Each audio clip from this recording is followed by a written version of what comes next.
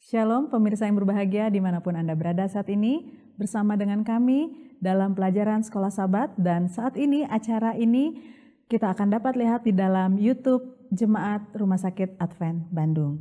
Saya Marica Tampu Bolon saat ini akan menemani saudara bersama dengan narasumber kita Pendeta David Panjaitan. Shalom Pak Pendeta. Halo Marica dan pemirsa. Dan saat ini saudaraku yang terkasih dalam Tuhan, tidak terasa pelajaran kita sudah memasuki ke pelajaran 10. Pelajaran sangat menarik sekali tentang hari-hari terakhir. Namun sebelum kita mempelajari pelajaran kita ini, mari kita awali dengan doa. Kita bersama-sama dalam doa. Bapa kami dalam surga, terima kasih atas berkat dan kasih Tuhan yang telah menyertai kami. Biarlah melalui pelajaran Sekolah Sabat saat ini, Engkau membuka hati dan pikiran kami, berikan hikmat kepada kami, terutama kepada narasumber kami, Pendeta David Panjaitan. Kiranya Tuhan memberkati hamba-Mu ini ya Tuhan, dan biarlah semua ini menjadi kekuatan di dalam kehidupan kami. Terpuji nama-Mu ya Bapa, di dalam nama Yesus kami berdoa dan mengucap syukur. Amin.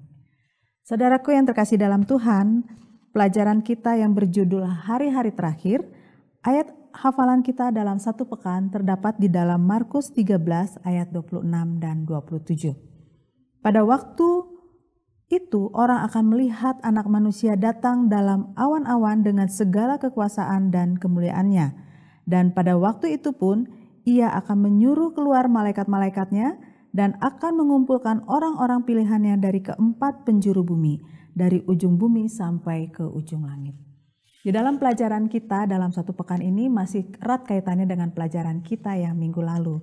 Di dalam pelajaran kita mengenai Markus pasal 13, di sini berisikan tentang pandangan Yesus mengenai kedatangannya yang kedua kali.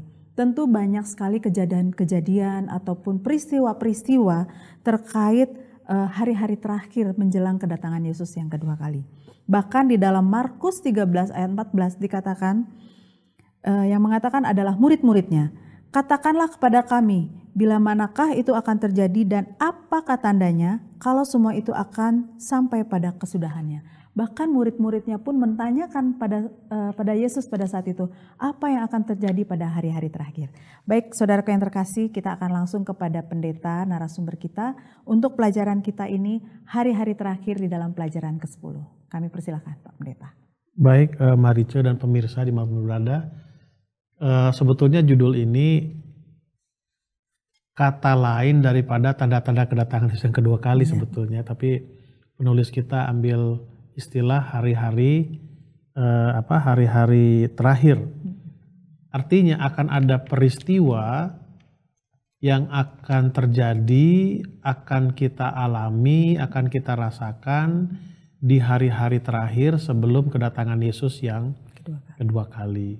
Nah, pelajaran kita saya melihat dibagi beberapa kelompok besar bagian. Satu itu masalah sikap kita terhadap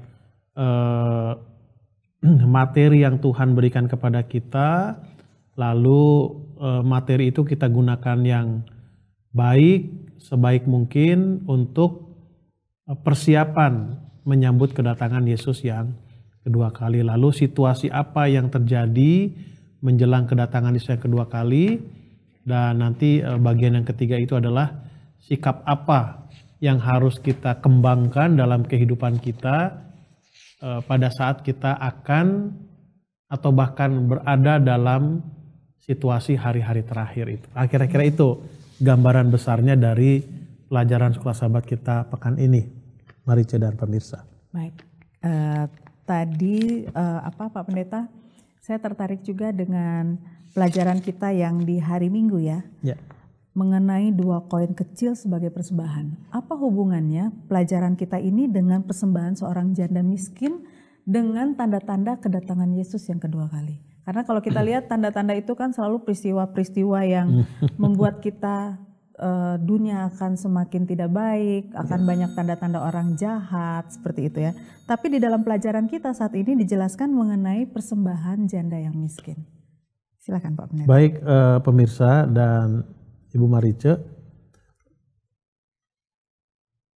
ada satu peristiwa yang terjadi pada saat Yesus berada di Ka'bah, karena pada waktu murid-muridnya bertanya, hal apakah yang akan terjadi menjelang kedatanganmu?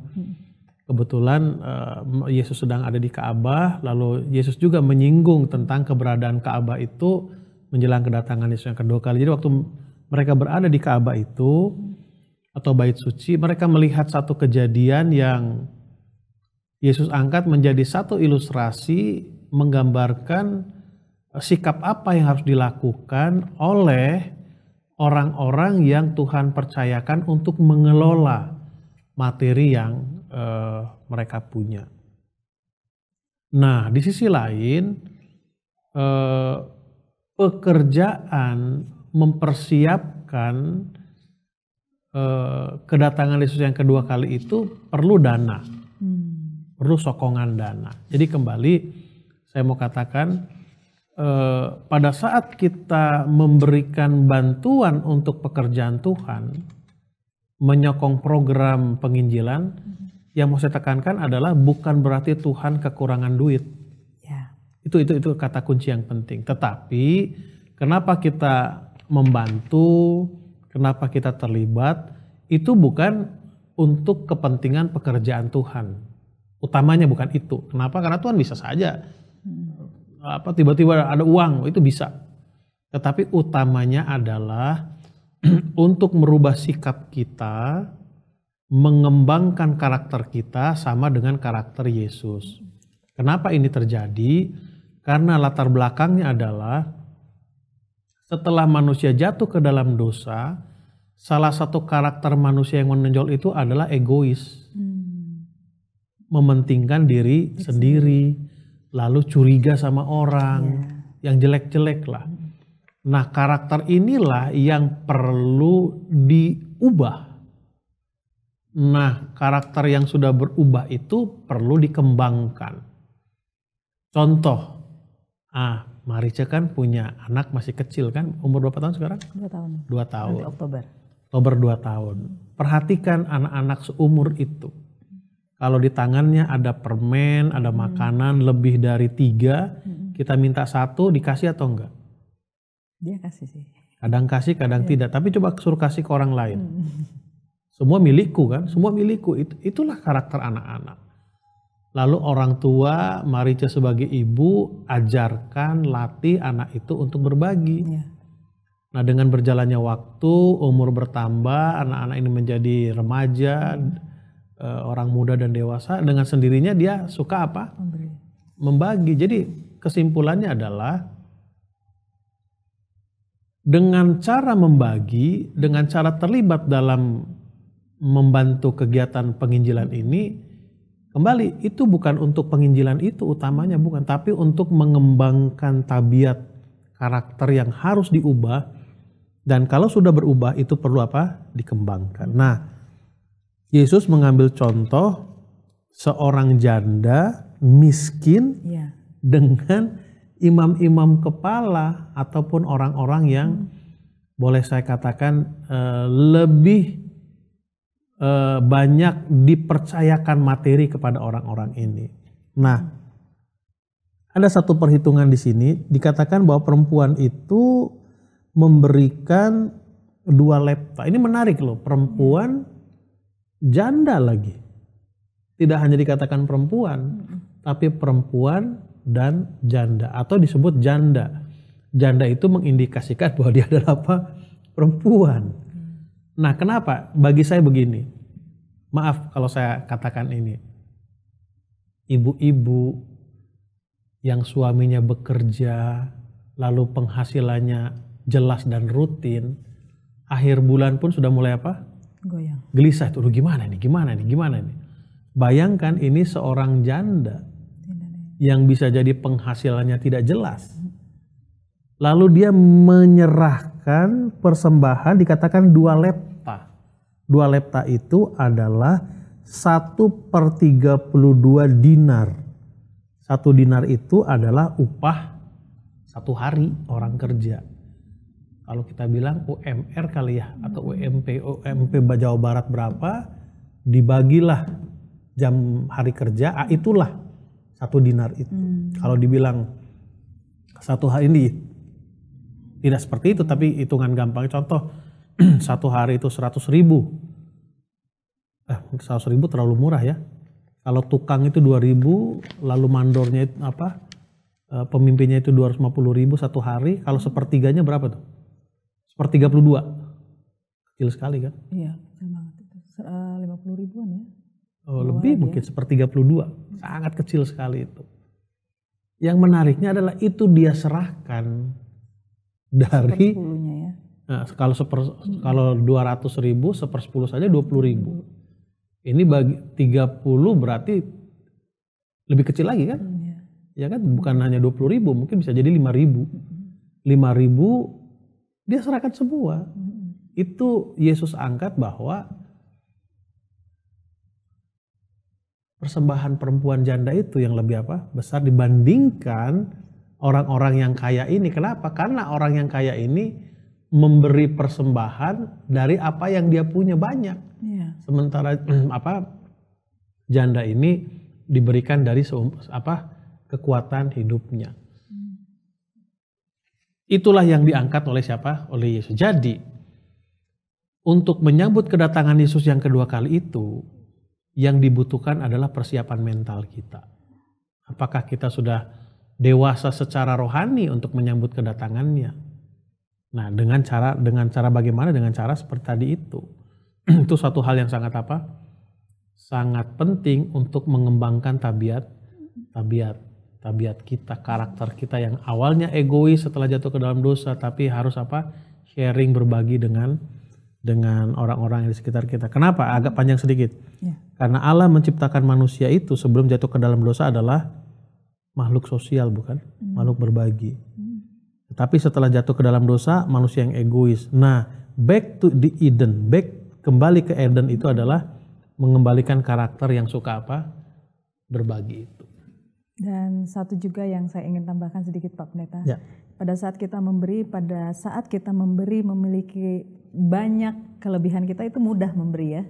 Tapi memberi pada saat kita kekurangan, itulah iman kita yang sedang diuji. Betul, belum. Dan kita bisa bayangkan bagaimana saat itu memang janda miskin itu memang benar-benar dia menyerahkan semuanya kepada Tuhan tanpa ada rasa penyesalan sedikit pun. Betul. Dan di pelajaran lain kalau kita lihat saudara-saudara sekalian, mengenai penganiayaan, dan ini adalah salah satu nubuatan yang dituliskan oleh para nabi pada zaman itu, yaitu Yesus mengamarkan, kalau kita lihat di pelajaran hari Senin, Yesus menghabiskan sebagian besar waktunya bukan untuk menggambarkan kehancuran Yerusalem, melainkan untuk memeringatkan murid-muridnya tentang apa yang mereka dapat, tentang apa yang dapat mereka harapkan dalam pelayanan mereka untuk mendirikan gereja Kristen mula-mula. Dan kita lihat pada waktu itu memang zaman Yesus bersama murid-muridnya mereka gencar untuk memberitakan firman Tuhan.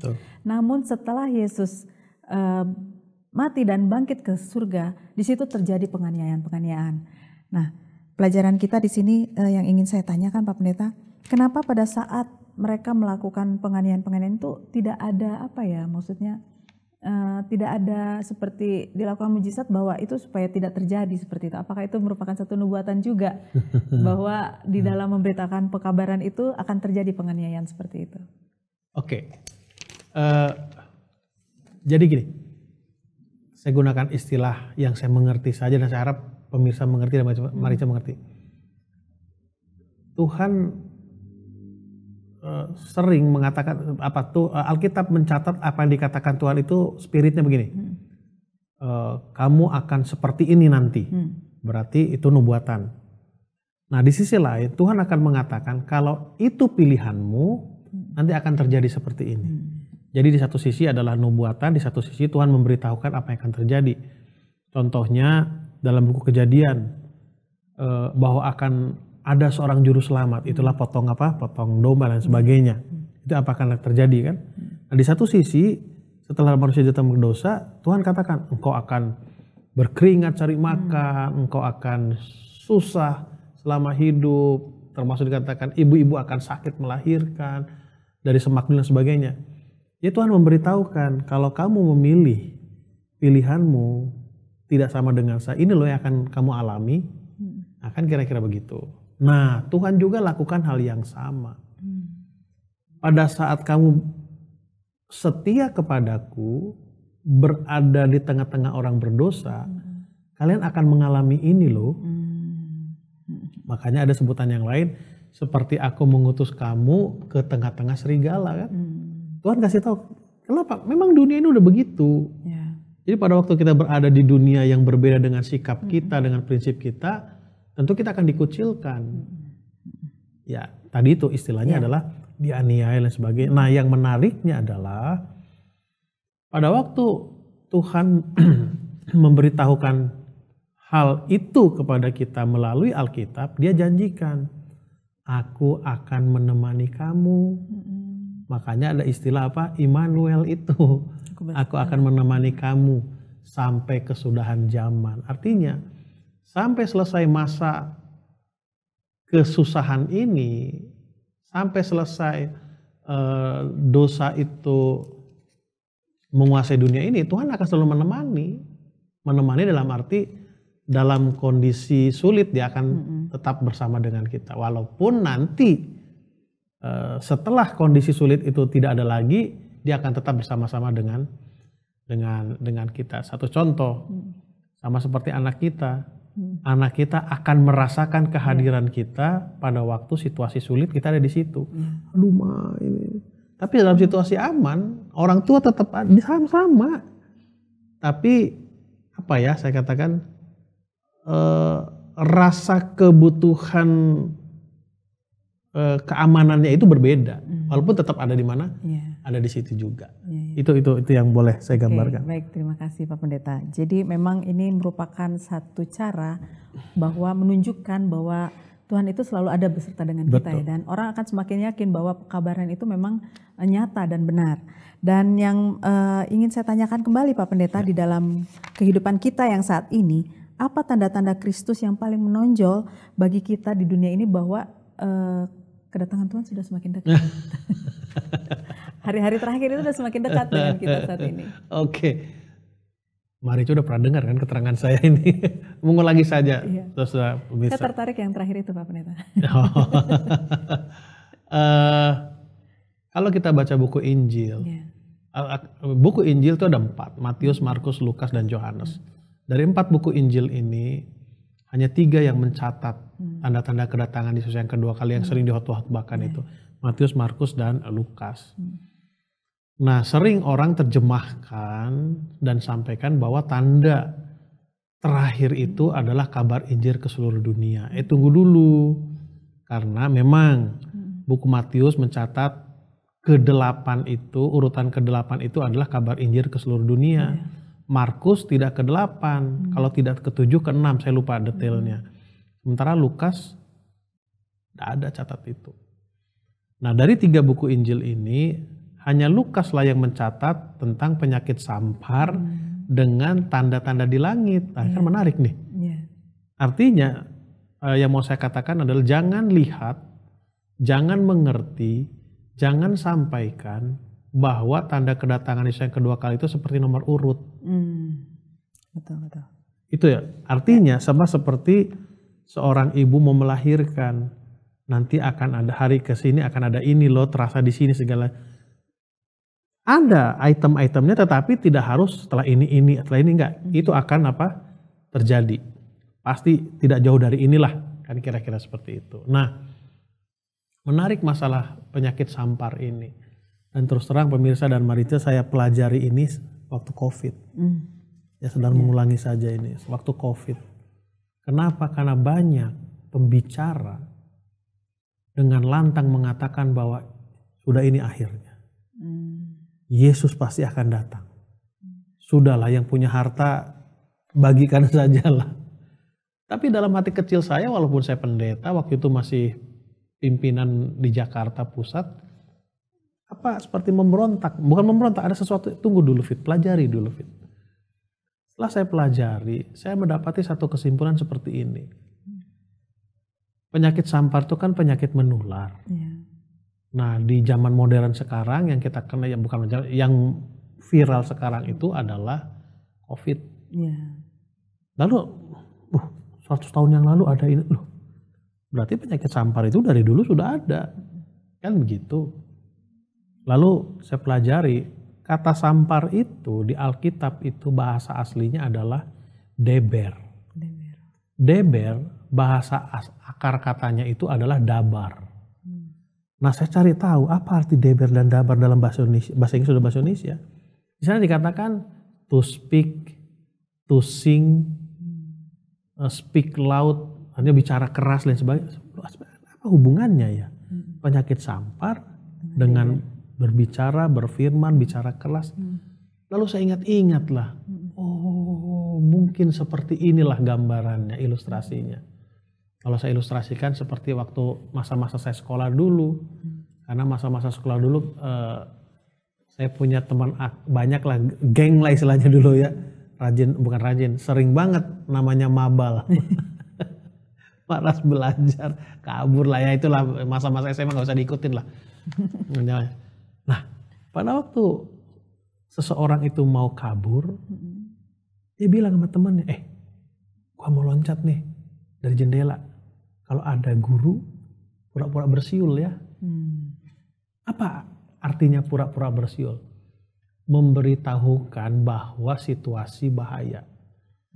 Semakin berbahaya situasi itu, siulan itu akan semakin sering dan akan semakin kencang. Malah ilustrasi saya yang lain seperti Marice punya anak, main-main di rumah. Kalau kita lihat dalam kita nilai kondisi tempat mainnya aman, kita nah hati-hati ya. Tapi begitu kita melihat situasi itu semakin rawan, semakin gawat, suara kita akan berubah bukan? Intonasinya berubah. Tinggi. Lalu semakin sering juga kita apa? Kita ingat-ingatkan. Jadi kenapa Lukas tuliskan sampar? Ini hanya mewakili tanda-tanda yang lain. Tanda kedatangan Yesus yang kedua kali itu sejak dulu itu sudah ada. Tapi frekuensinya yang berbeda. Kualitasnya yang berbeda. Kalau kita bicara masalah moral, mungkin yang sekarang itu apa? Pembunuhan lah, mutilasi lah, macam-macam. Itu di buku raja-raja itu sudah ada. Ya, orang Lewi memutilasi gundiknya 12 potong. Itu udah ada. Kalau sekarang kita bilang LGBT, zaman siapa? Sodom dan Gomora ya. Sudah ada LGBT, zamannya Nuh sudah ada LGBT, zaman yang saya bilang buku raja-raja itu sudah ada LGBT, sekarang pun ada. Kan begitu.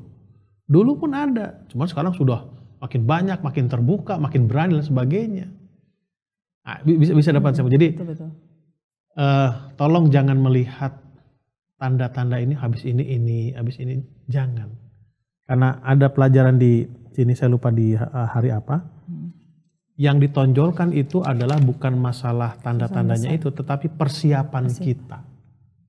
Jadi jangan sampai kita menyampaikan tentang tanda-tanda kedatangan Yesus yang kedua kali, lalu kita menerimanya sebagai situasi yang menakutkan. Jangan.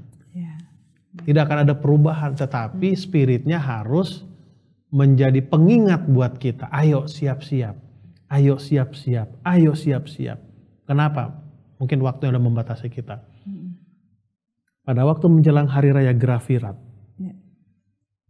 menjelang selesai perhitungan waktu, sekarang kan Yesus ini di bilik yang maha suci kan, imam besar kita. Itu hari raya Grafirat kita ini, Paskah.